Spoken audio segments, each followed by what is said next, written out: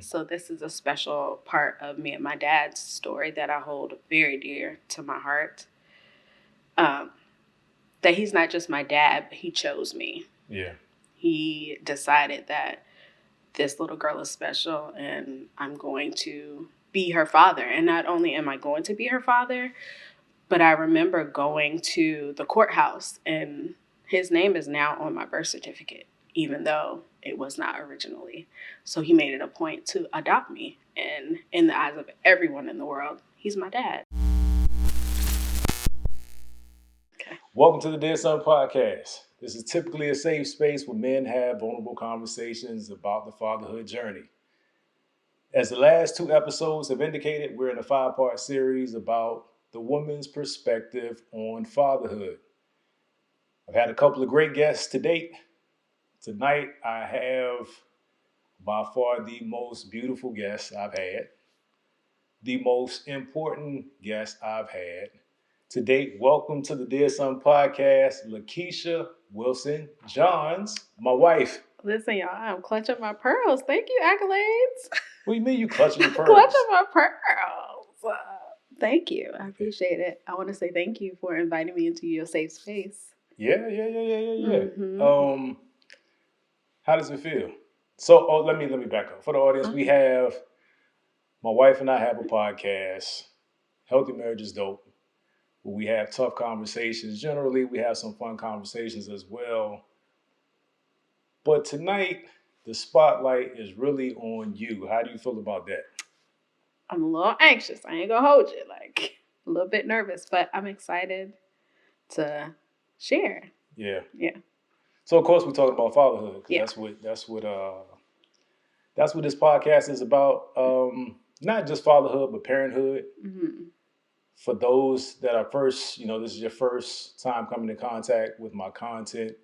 The Dear Son Podcast is really about curating those conversations that anybody would want their son to have on their way to manhood, when they become a man, and ultimately when they become the man that other men and boys look to, admire, and respect. So that's what we're doing on this podcast. We're going to talk to my wife on this episode about her fatherhood journey, because everybody has one.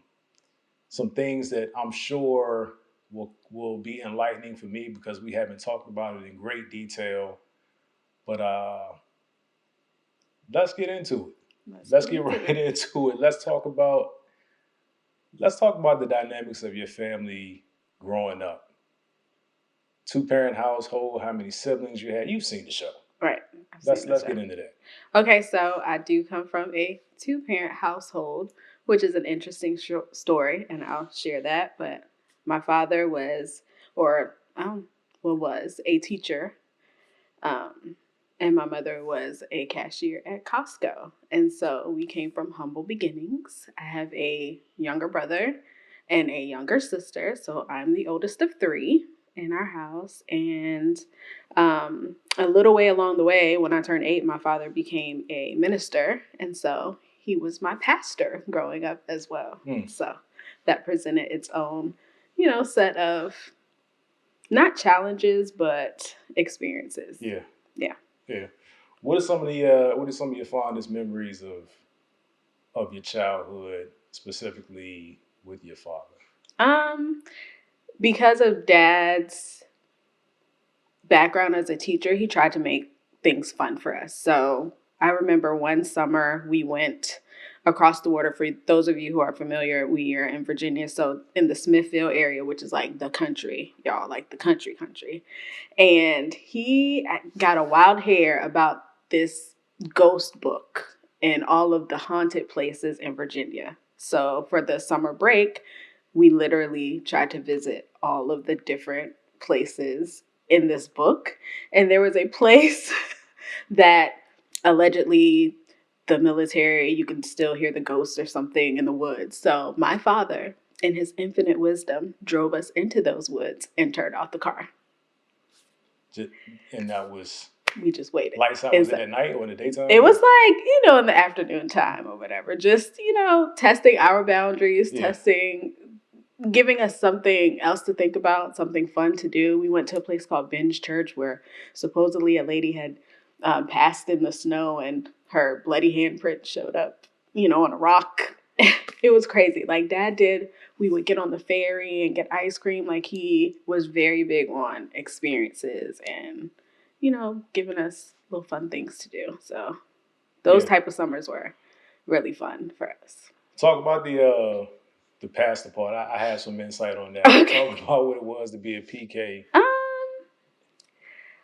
Because I was so young, Eden's age, our third daughter is 8. So at her age, that's when Dad stepped into the pulpit. So I feel like that's kind of all I knew. I had memories before that, but that became like the major part of our life at that time. So, I mean, do you remember something specific happening around that time that pushed them to the pulpit, or was it something? I mean, I know it was early age for you, but yeah, do you recall why he jumped into it? I don't remember. I feel like my father was an Army officer prior to him and Mom getting married, so I know he's had like life experience and he's done things. So I'm sure he just decided. And Dad is, I don't know if you know this, but Dad is big on like making a decision, like, I'm gonna stop smoking tomorrow. I don't smoke no more. Like, so he made a decision to follow Christ, and that was it. Yeah,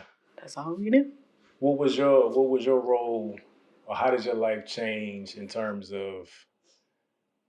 Did you have to do anything in the church because he became a pastor, and what was that transition like? Do you remember? Absolutely. Absolutely. See, I did it first. You get 5. Absolutely. The night of his ordination, I had to sing as an 8-year-old, my first solo in front of a whole entire church. And that was the beginning of me realizing that I had a gift or that I had a talent. And that was kind of my contribution before Dad would preach. Most times I would sing prior to that. So you sing, huh?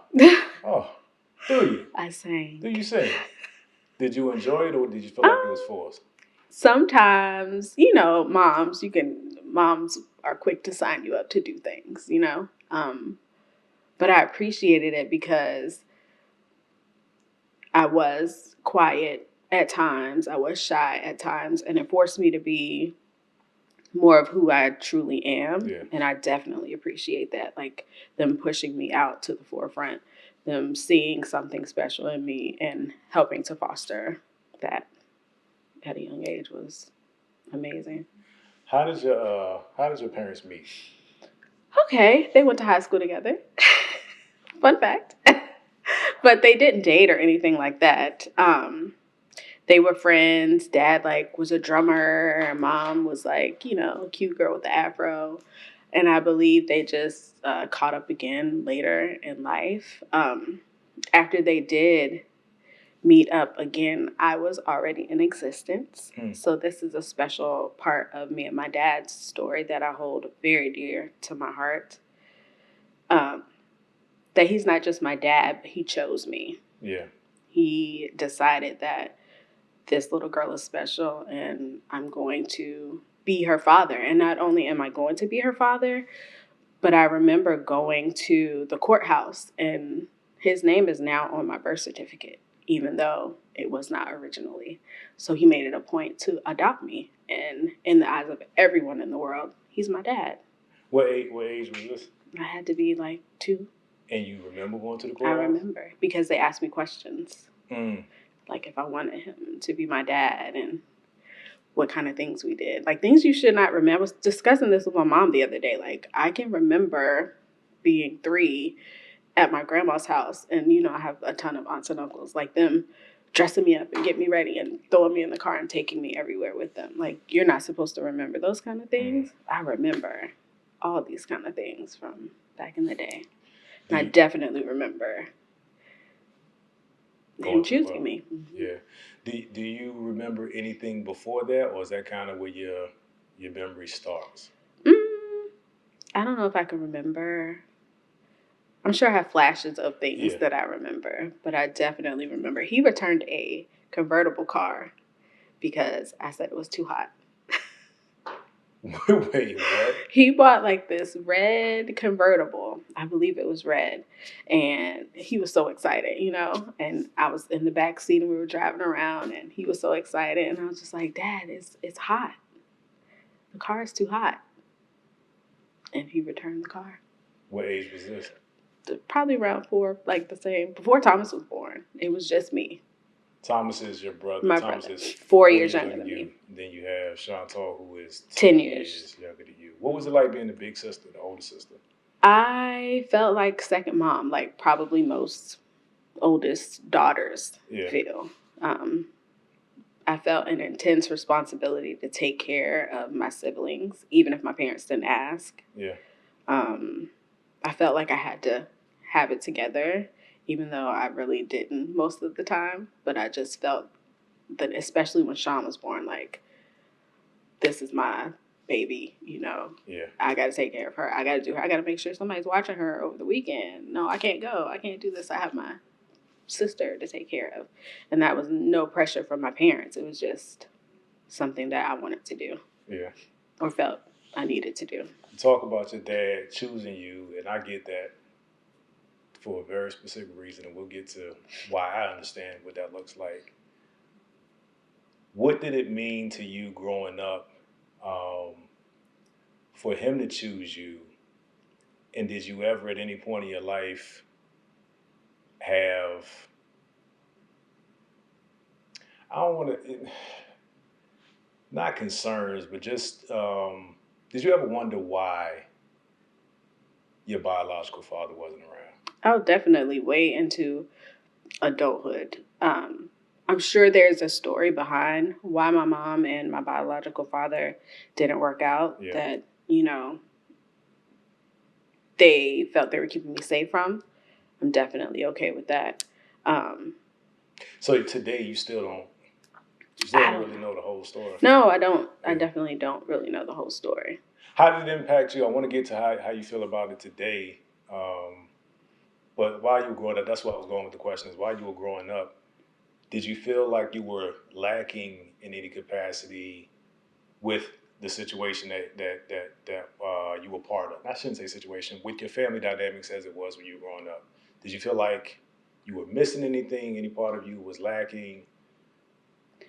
No. And my dad both of my parents did a great job of not making me feel different, making me feel special. Like, Dad made it a point to show me how I was supposed to be treated, what it looked like to be, you know, taken care of well. He gave me the real deal, Holyfield, on life and what it was going to be like to be an adult. He made sure to do the, you know, tell me the whole, girl, you were born with 2 strikes against you, sis. You're black and you're a woman. This is what you need to do to survive in the world. This is what it looks like when somebody's trying to play you. Like, he was very real with me.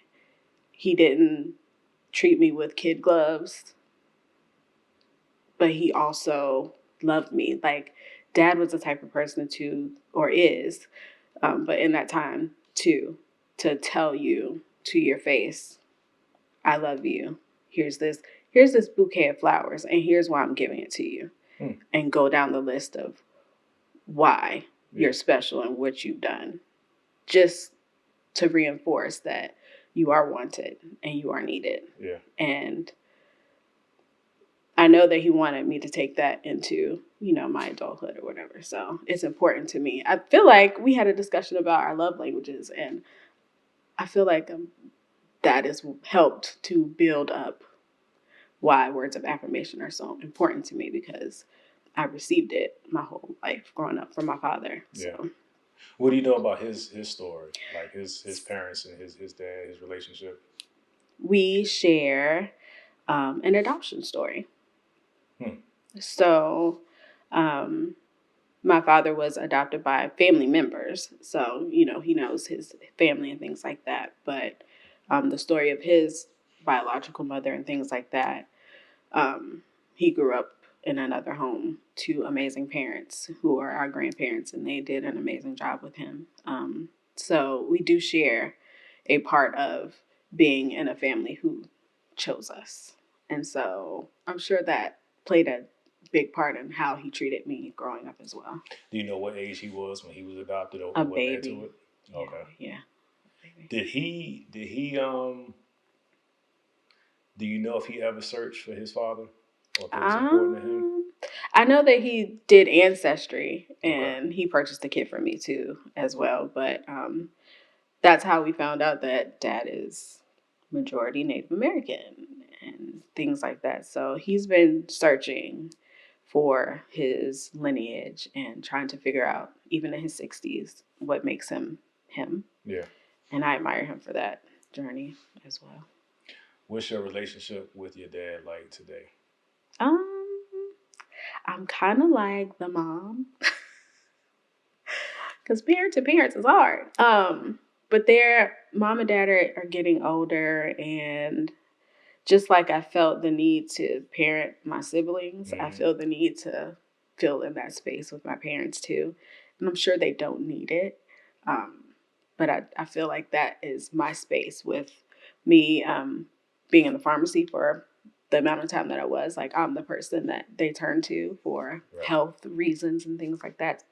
Sorry. So I do feel like I play a major part in their living into older age. Okay. Yeah. What kind of pressure do you feel with that responsibility? Great question. I don't know if it's pressure. Or do you feel it's a responsibility? I feel it's a responsibility that I want to do. I don't feel like it's a responsibility that's being heaped on me. Yeah. I feel excited for the opportunity to take care of my parents and to help them. Like, that makes me, for them to be able to come here is very exciting for me to just spend time with them, as much time as I can with them is the whole goal for me at this point. Yeah. What So I'm trying to ignore the things that I think are the answer. Okay. From what I've seen in this next line of conversation. Okay. From what I've seen, but what parts of your father show up most frequently? What characteristics show up most frequently in you on a day-to-day basis? I have never actually thought about that.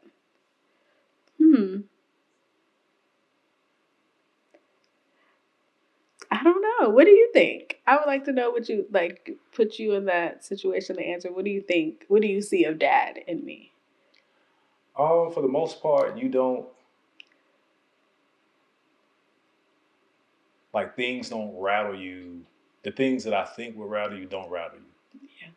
And sometimes that's a challenge for me because I think it means that we don't care the same about something, but I know you do. It's just the way that you process stuff. And from what I can see from him, he does it. He's a very kind of go with the flow. It's not as bad as it seems kind of individual. But do you think do you see that in you? Did you see that in him?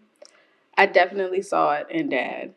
Dad was a whistler, a hummer, a drummer, like beating his hands on the steering wheel as he was driving.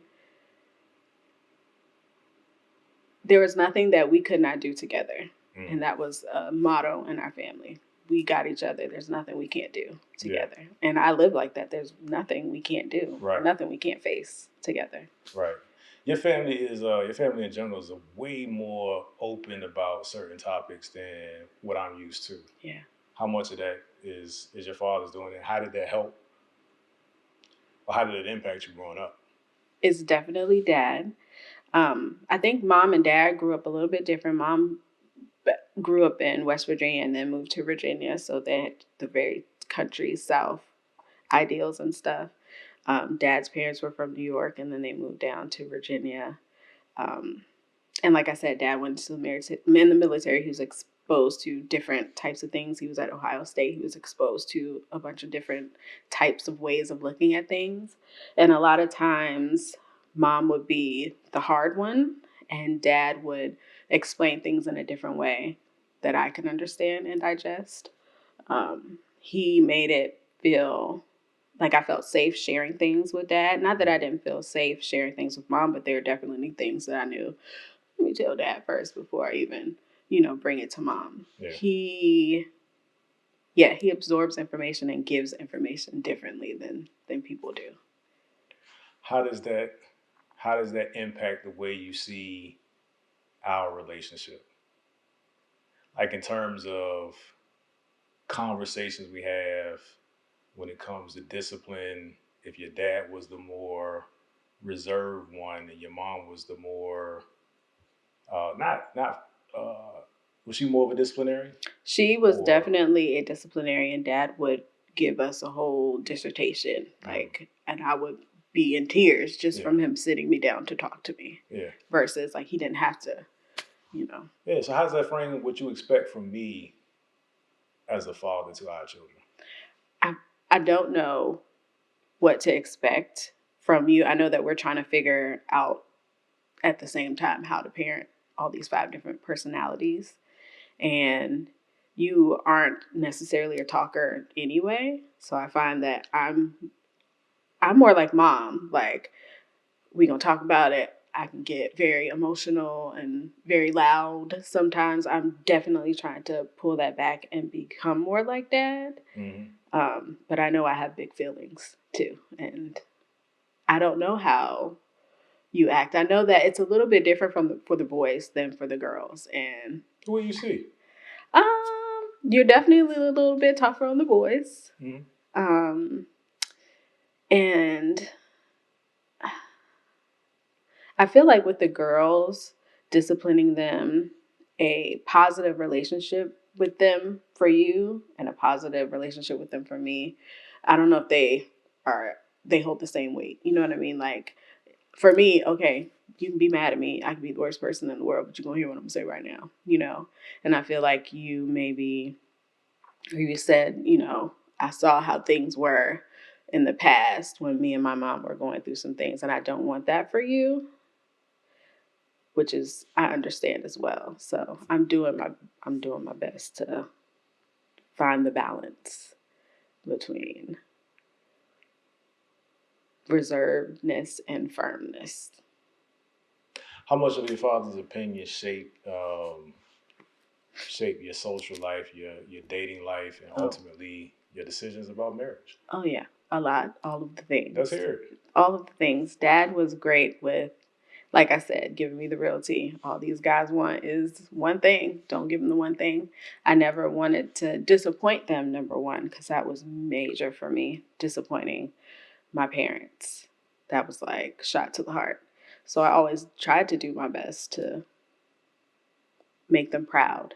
I never wanted to be the girl that everybody had in school. You know what I mean? Like, yeah, like most girls, I was a flirt and I talked to a whole bunch of different people, but there's not very many that could say they had a close relationship with me in that way. So Dad definitely instilled that in me.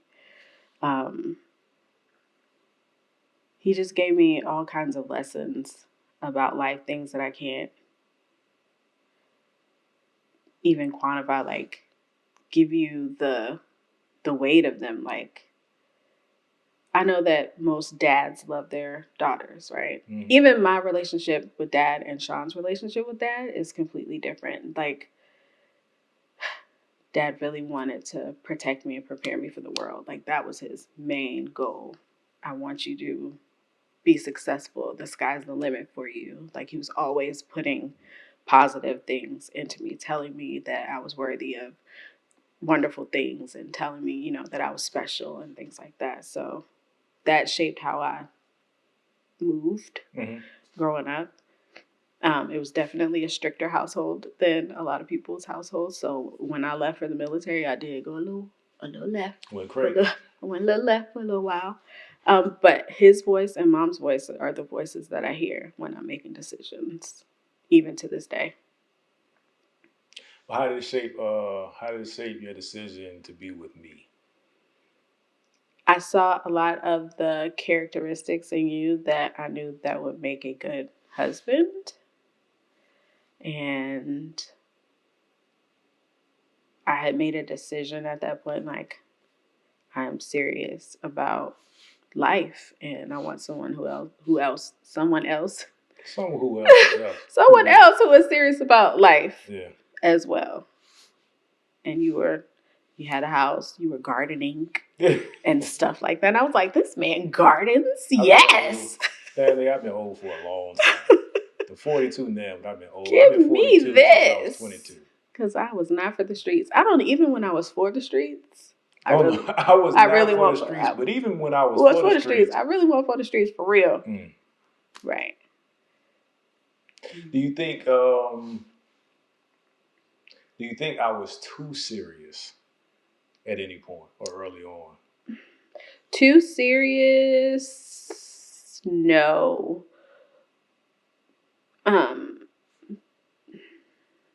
Trying to live up to what it's supposed to look like, yes. Does that make sense? But I'm trying to, not that it doesn't make sense, but I'm trying to follow with you. Like, there's nothing wrong with being, Imani is serious to this day. There's nothing wrong. She got that honestly. I know, there's nothing wrong with being serious. That's great. But I feel like there were points where you were trying to be the thing and you weren't being you. Yeah. I think that's definitely something that I've learned from you, that it's okay to be yourself. And I'm learning who I am over the last few years. And I like it. I've had a persona, I guess. It's not that I wasn't being real. I wasn't as open to feeling and communicating in general, but let alone things that of a vulnerable nature, right? So that's why I think this podcast journey is helping me a lot. Even before this, when we started having our conversations, I definitely you gonna be you, and that's how it's gonna be. And it's never a problem for you, and that's great. What is important in how I parent our daughters, and specifically our oldest, because that theme permeated our relationship. Yeah. Permeate, is that a good word? Permeated. Permeated. It influenced it's a common theme in our relationship too, where we had an instant family, and I've never heard step in your family, in your immediate family. I've never heard it in my family, and that's not how I looked at honor coming into my life. I had no idea what to do, but I was very grateful for it. What were some of the things that you were either guarded about bringing me into her life early on and over time? Like, what are the things that have been your concerns with how I parent her or how I show up for her? Because of, again, it's cyclical. Your dad experienced it, you experienced it, and now you have a child that's experiencing it. Initially, I was very afraid that I was going to hurt both or one of you. And I was do you remember like when she started talking and she would call you dad? And I was like, I didn't know how to navigate that. Like, yes, you are filling that role. I don't want to negate the fact that this person is still present at this time too, and I had not experienced that. I had never, I don't know anything about my dad. So I didn't know what that looked like having a relationship in a previous relationship. I knew that as she grew older, she listens to you different than she listens to me. So as far as parenting, I think my expectation is for you to be open with her. And I think that helps her a lot when she sees someone who has had experience or can share some way that she can understand. I know it's also hard for her to disappoint us as well, even though she deals with it in a different way. I think it's just different parenting a child who came from a separate relationship. It's just different in general. My parents never made me feel different, but I was different. I felt different. When I would make a mistake, and it's kind of like honor, I would feel like that mistake held more weight and I was ruining their perfect family. Wow. Did you say why? Yeah, why? I don't know why. That's just how I felt. Like if I wasn't here, they would be fine. If I didn't make this mistake, they would be fine. Which is why I can understand some of what she's going through. I ain't gonna give her like the whole road, but I can give her a little curb every now and then. What was it like to navigate the relationship with her biological father? Because to be clear, there's no static. Oh yeah, It hasn't been.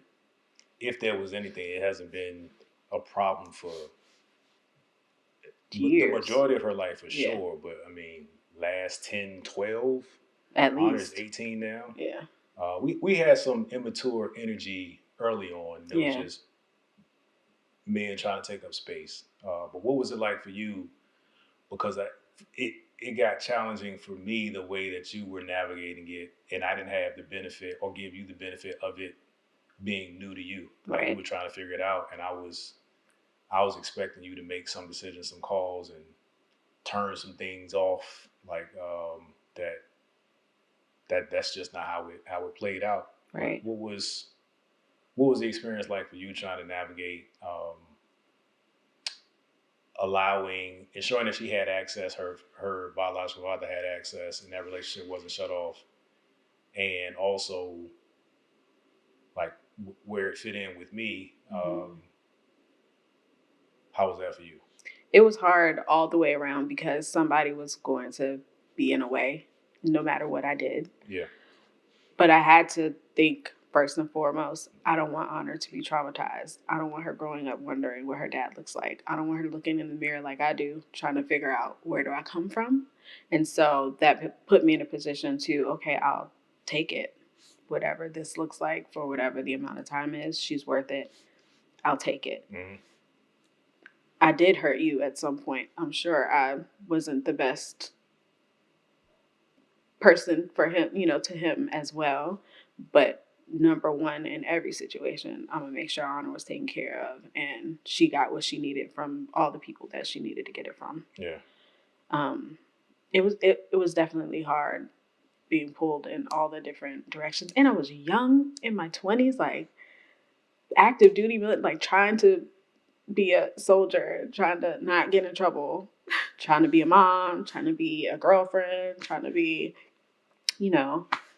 not the typical baby mama. Yeah. Like I never wanted to have that type of energy around her either. So it was pretty hard, but I put myself in that position. So like I said, I was willing to take whatever this looks like. This is what it's going to be. I feel like you let some things go from my perspective that didn't really hold him accountable. Mm-hmm. Didn't really hold him accountable, not to rehash, old stuff. Right. But what was it about? Was that intentional, or was it just an overwhelming thing where you didn't want to deal with it? Because there's a lot of stories, not your story, where there's a bitter aspect. There's a making life hard for somebody that didn't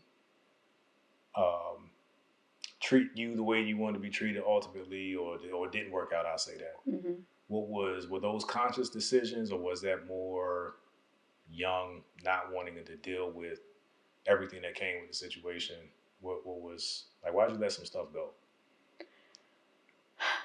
Some things I let go because, like I said, I have big feelings, and I know that would not have been like me digging into that and reacting and behaving based on what I was feeling. That would not have been beneficial for her. And also, she deserved more, and I didn't want to have to beg anybody for anything or ask anybody for anything. She didn't need it from them. It would have been nice. And I didn't want her to start off her life like that, like people tossing stuff at her because they had to. I didn't want any parts of that. And I didn't feel like I wanted her life to start off that way either. Yeah. So. You said you didn't want her to feel like you felt looking in the mirror wondering where you came from. Mm-hmm.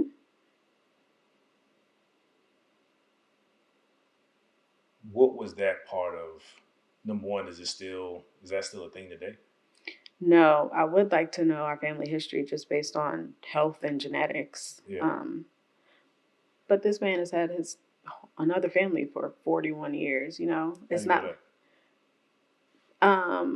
I'm sure he has a family. Okay. You know, I I'm didn't know. I mean, assuming. No, I didn't know if I'm just information came to you that. no, I'm just assuming that Yeah. you know he has his own family. I'm not sure if he's alive or no longer with us. I'm not sure if I have siblings or how many, but I would like to know what challenges their family had so that I know what to look forward to with my kids.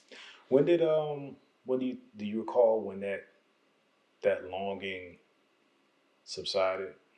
Like where, or was it ever something that you felt more passionately about before than you do today in terms of who that person is? Once I left for the military and I was alone with myself for extended periods of time, I definitely was like asking my aunts, what's his name? And all this kind of stuff. I found out his name and found out he was in Florida when I was stationed in Florida. And I thought about going to find him. And ultimately, I decided against it. Wow.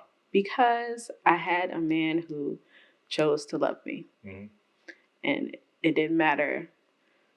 And nothing mattered. He loved me. And I didn't need that anymore. Yeah. And rejection. Let's insert that. Okay. All right. Insert rejection here. Next layer down. Right. Yeah. What is?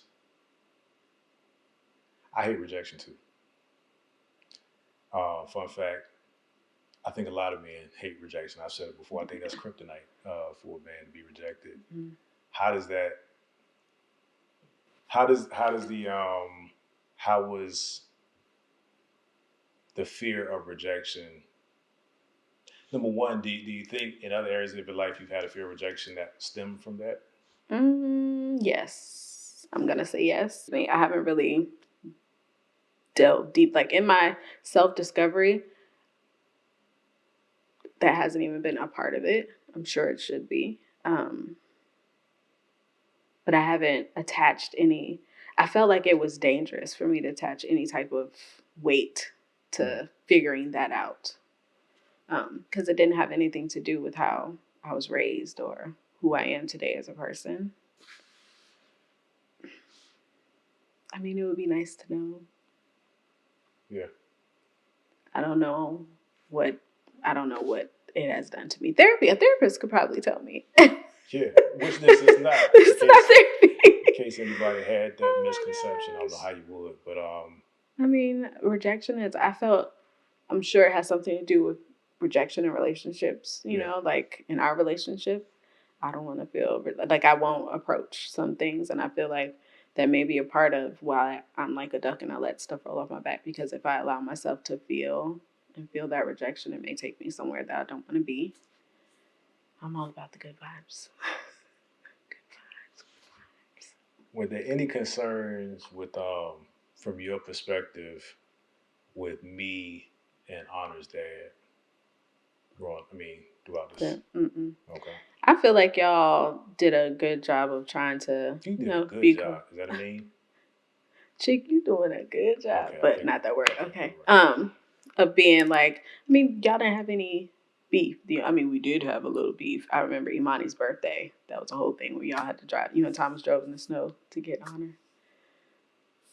That was like the one. Yeah. I feel like I had taken on so much. Like I had gone out of my way in so many different areas, so many different ways. Like that was the last straw for me. Yeah. And that reaction, I remember your mom saying, she shouldn't have to feel like she shouldn't have to be going through this. And I had been holding it in and holding it in and holding it in. And me yelling on the phone is never something that I would ever want to do again. Like that was it for me. Like that was the last for me. That was the, I think it's the same, it had to be the same incident because when we met up, he was with his dad in Honor, and him and I stepped to the side and had a conversation as men. It was the start of the maturing of us, because the problem for me, and I don't know if other men that can relate that are the guy that stepped in, is when you're trying to protect the harmony and the peace in your house, anything that's challenging that becomes the enemy. Yeah. Or the threat, and it has to be addressed. And he and I had that conversation, and it wasn't a tough guy conversation. I was like, when you and her have an issue, that impacts the house. That's my issue. And then, he was saying that you and him just didn't communicate well, right? That was the challenge. He was like, hey, can I talk to her through you sometimes? I said, absolutely, right? And for me, it clicked that it wasn't about this being a negative situation for the sake of being negative. You had to do something different, right? And y'all had to do some maturing separately. In parallel and separately, very separately. But it didn't become like I don't think it was necessarily toxic. There's some things that, like I said, some things that were let go. But I don't think she's ever lacked for anything, and it's not an attack on him, but just giving perspective that it can be positive, right? Even if the scenario doesn't necessarily start that way or present itself that way at all times. What's the most important thing to you about my relationship with Honor today? The most important thing is that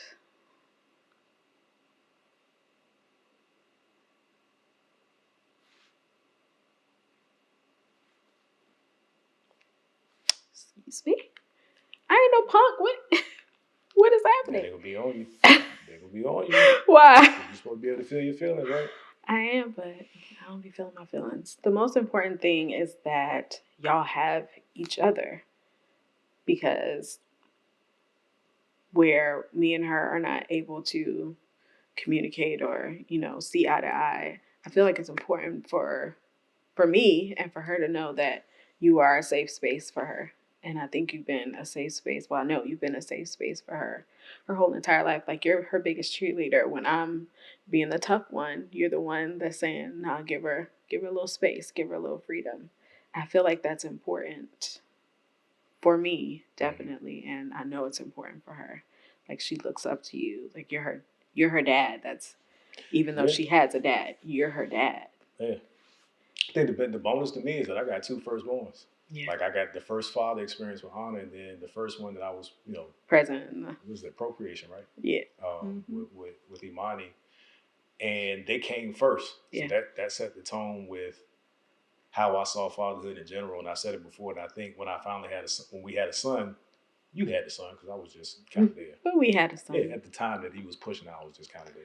Child, that was Keisha made it too easy. That's a whole nother episode. She was like, let's go to the hospital. It's time. Get to the hospital. 2 hours. Wham, wham, baby born. Right. That's kind of how it went for me. You let me tell it. Yeah. But it shaped the way that I saw parenthood. And when I had a son, I kind of went to the other extreme, and that kind of changed the dynamic with our oldest son, Donovan, which is how this podcast would. Yeah, this is the podcast. Yeah, it is. Right, yeah, you're right. How this podcast was birthed, and checking myself on my approach to that, because I think I went extreme at one point in terms of discipline. Then I had a realization that it could be different, right? Physical discipline. I don't know if that's the answer, and that's not the point of this podcast to condemn or champion it. Mm-hmm. But I knew it was like the cycle had to change at some point, right? If it was done because it was done before, at some point that's not going to work, right?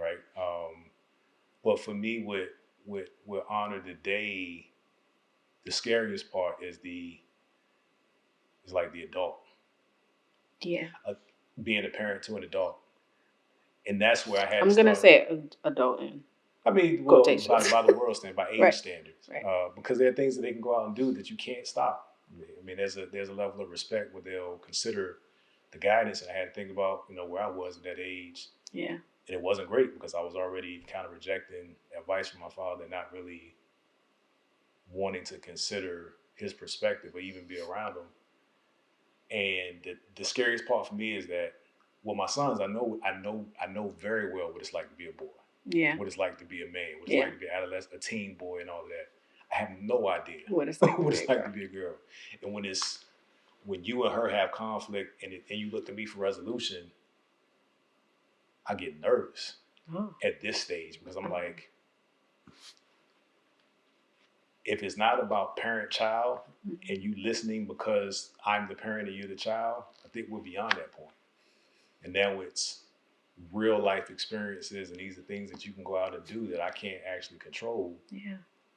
You just have to either honor the guidance that I'm providing, or you do your own thing. And again, I get it. I don't know where to stop sometimes of just allowing it, right? Just let the lesson happen. I don't want that. But sometimes the lesson has to, like in life, you're going to learn the lesson, you're going to take the lesson. Yeah. I didn't always learn the lesson. Sometimes I decided to take it and it hurt. But that's a different phase, different stage of fatherhood that I'm honestly not prepared for. And neither am I.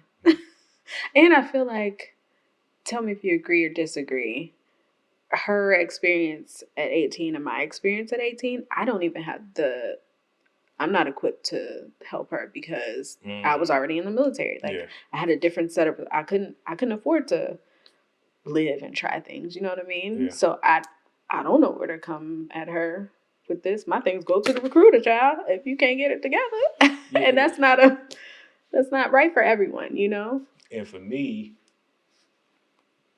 she's at the stage now where everything changed for me. Mm-hmm. Like first semester of school, like I mentioned early episodes of the podcast, I did nothing. You was playing around. I did nothing. I think I had a point, somewhere between a 0.1 and a 0.2 GPA. Mm-hmm.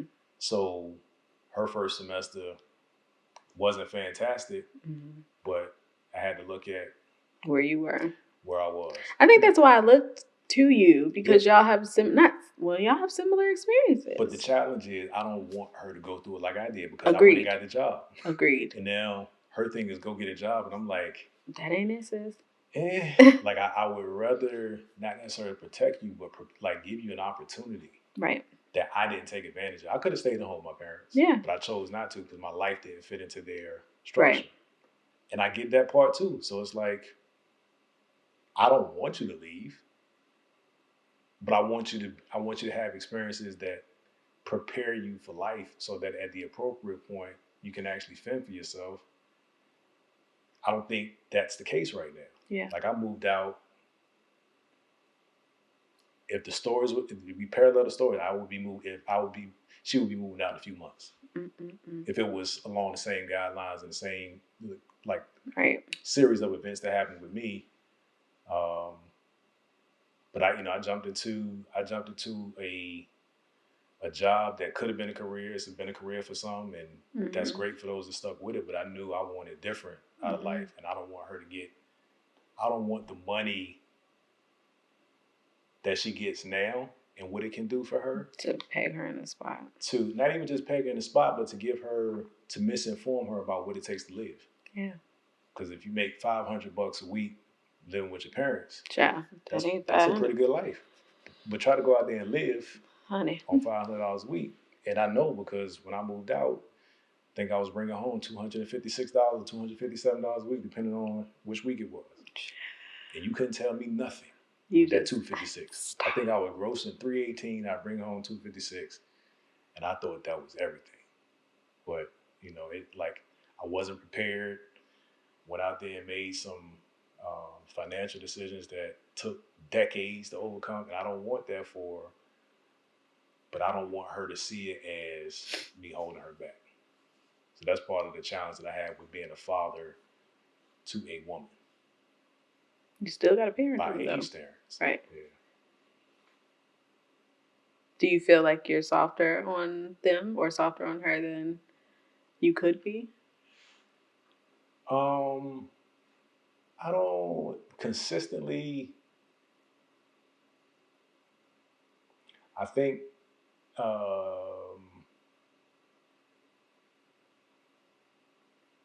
yeah. And it's tough because when I want to flip the switch and be tough, and my tone changes, I see how it impacts her. And it's not, I don't use the tone to impact her that way. It's nice, nice, nice, nice. Let it go, let it go, let it go. Okay, I'm holding you accountable now. And it looks and it feels different, I'm sure, to her. Mm-hmm. So I'm always in my head about that. And the biggest thing for me is that she's the first one out of the gate. They're looking at her. Yeah. So to the extent that you let stuff slide, now that's times 4. Right. Or 4 more iterations of that being the standard as well. You let so and so do it. You let so and so do it. And to a degree, we have that going on in the house even today. Is right. But so and so does it. But so but the level of responsibility is different. The level of privilege is different. You know. And I don't care. And that part as well. Listen, I don't care. Yeah, I mean it's a tough stage. I don't know this middle this 7 to 17. Actually, it's probably gonna be like more like 7 to 20. Yeah. 8 to 20 is kind of.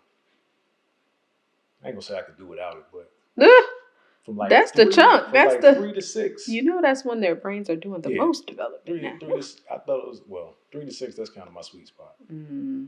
But there's so many personalities in this house, and it's challenge for me as a father is being the father they need individually. Yeah. Enough, because there's no balance. That's what I tell you about balance, bro. Yeah, I mean, even if you equally divided the time, it wouldn't be balanced because the amount of time that it may take for one to get something, one might need more time than the other. Mm-hmm. So the results aren't necessarily the same. What's important to you about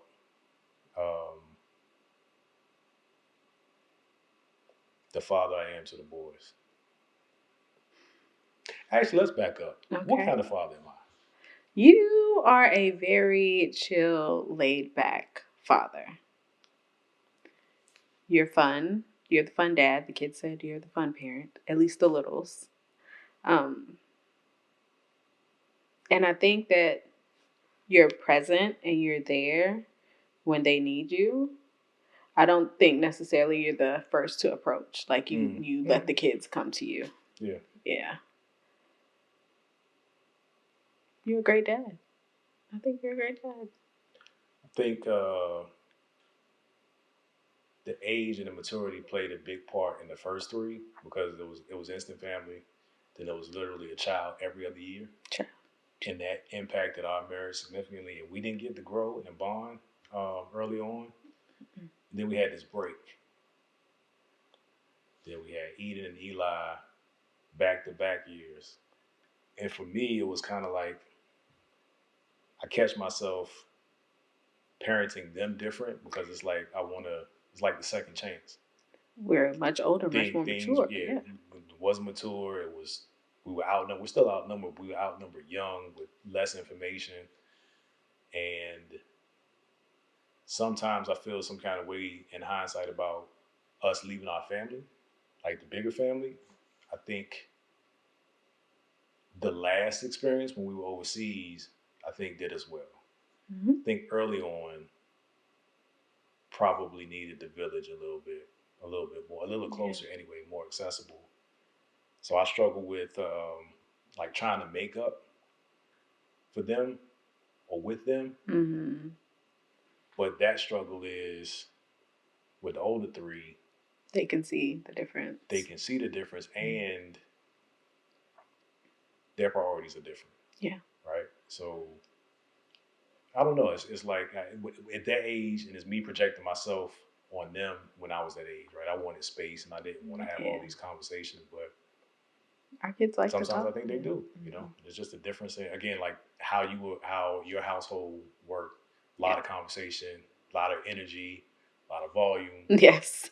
Come on, volume. Yeah. But ours was less words, and it wasn't a lack of love. It was just very different. Just different. And I struggle with how to what I'm doing out of tradition versus what I'm doing out of necessity. Mm-hmm. Like what actually addresses the parental need for our children. I feel like definitely Eden and Eli are get on the floor type of kids, and now you're a more get on the floor type of dad. Not necessarily in the first three. Yeah. You were definitely not that type of parent. Do you feel like the older three needed that? Like the big three needed to get on the floor type of dad? Or do you feel like they Probably. didn't? I was so focused on mechanics, like Yeah. paying bills or making sure I was succeeding at work. Mm-hmm. And I wasn't focused on the right thing. I was calling success something different. Mm-hmm. And now success looks very different. Yeah. Right. And especially, I'm more reflective now. I'm at the age where significant events started happening in my dad's life. Yeah. Right. He had significant surgery. He had cancer. Right. Yeah. His dad died of cancer in this decade of age. Right. So that those kind of things start to creep in. He was terminated from his job because they just downsized. Right. I'm kind of in that scenario now where we were acquired. There's probably going to be some activity, and though I'm okay either way, it's still a major life still event. Intimidating. Yeah. It's still intimidating. They better do y'all better treat my. I mean, it's not even that, because even if that right happened in the best scenario, it's what does the rest of life look like? Yeah. And I guess I'm mid-age. I mean, based on the average life expectancy, Don't say guess, babe. We middle age, honey. We 40 at this point. So what does the legacy look like? What are the things? How do I'm always in my head about making up where I didn't take advantage of investment or opportunities, just being more financially smart, savvy. Mm-hmm. And there's this pressure to, like, I got to make up for the last 10 years. I got to recover. And we're not in a terrible situation. I just wanted so much more. Right. And sometimes I think, like, will they listen to me as a father tell them something that I didn't do? That was my struggle with my dad. They'll listen to you because you're dad. Bro, I didn't see you start a business. They've seen us start a business, but that business hasn't afforded us the life that I want yet, right? I can't walk away from corporate America just yet. So I'm trying to be more open about the journey at this point, which I think I am. And I just want them to know that do whatever you want to do because you can. Not because somebody allowed you to. But if you want to start a business, you can. You want to be an artist, you can. If you want to own a block of real estate or a city, you can. That's what I'm hoping they get. I don't know. I want you to know and understand fully that whatever you say, they're going to listen because you said, because it's you who's saying it, because you're not a man of many words most of the time. You're a man of more words now. But if you speak, they will hear you. They will listen. If I speak, they're going to ignore me. But definitely, if you speak, regardless of what it is, they're going to listen to you. So I would challenge you, sir, to speak more to them kids. And I mean, I know that you do. We have family meetings and stuff like that, but just random conversations with them, it will surprise the heck out of them. And I want to watch. I'm sure. Well, what's not finna happen is you taking over my show. Oh, am I taking? I did want to ask you one question. Oh, though. My goodness. Here we go.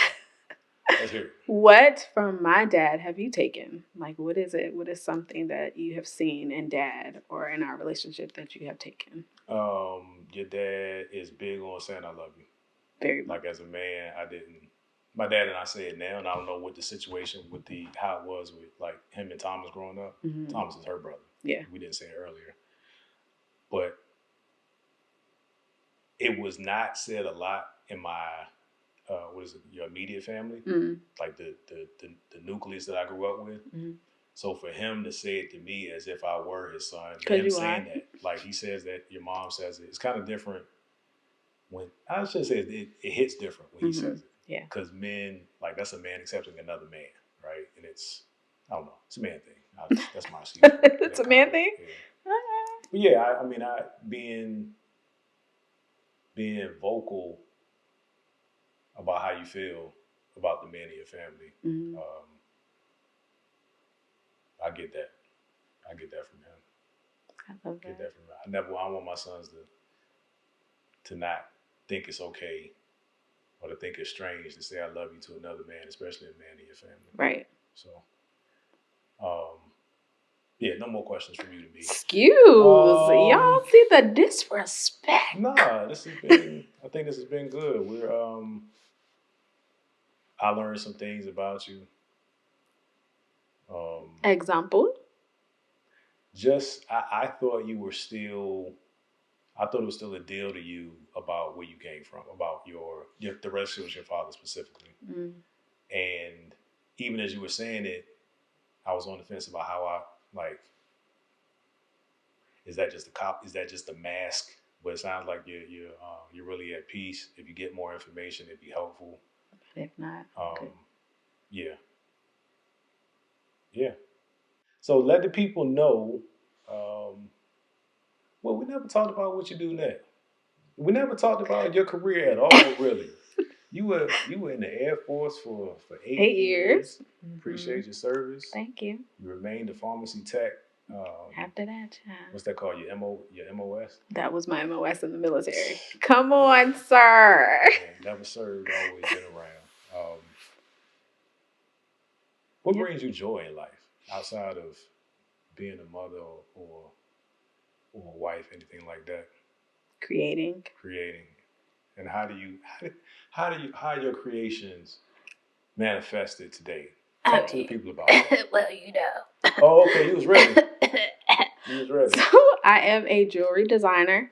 I'm going to say jewelry and accessories designer because I'm working on a new line right now. Mm-hmm. I also create fashion and clothing. I also am tapping.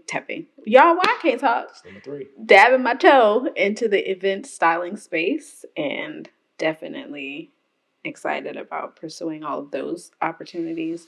And I have some other little things in my mind. Like, I have an entrepreneur mind. I have ideas coming constantly all the time. I feel like I have to get it all out and a lot of busy energy. How's that for you? I told you we're not doing that. We're not going to? No, it's not. Okay. So, and also, Healthy Marriage is Dope. We have together. Yep. And the podcast, and How can people find be doing all the things. So you can go to www.lovekishaj.com, and that is my website. You can shop from there. You can check out all of the things that I'm creating, what I've been up to. You can also find me at love_KishaJ on Instagram. And on the YouTubes, I have not posted in a bit, but that will be changing soon. And also TBL 47. That is our family on IG as well. That's where you can find me. All the things. Well, I appreciate you making time. Thank you for inviting me. Your busy life to join the Grace the platform. I'm sure you'll be back at some point. I would love to. Because you have an obligation to.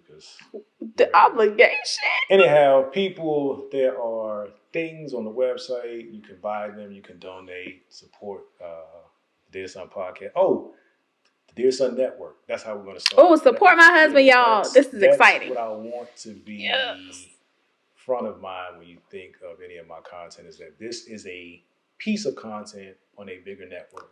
I will not be the majority of the network. Think of it as owned for men, right? A collection of content and experiences that will change the way that men see themselves and each other. And I'm doing that not only because it's necessary, but because I can. I'm not going to say that just clicked in my head because I thought you were accidentally not putting DSP this whole time, but you were putting DSN on purpose. Because I'm slow sometimes. Yeah. I'm just saying that literally just clicked as you were saying. Well, the Dear Son Network.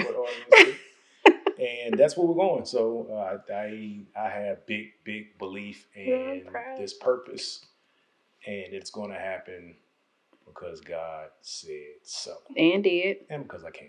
And can. That's going to end it for this episode. We appreciate you guys. God bless you. Peace. The Dear Son podcast is produced by D. John's Live Studios. All rights reserved. Don't forget to rate and review this podcast on your favorite podcast listening platform.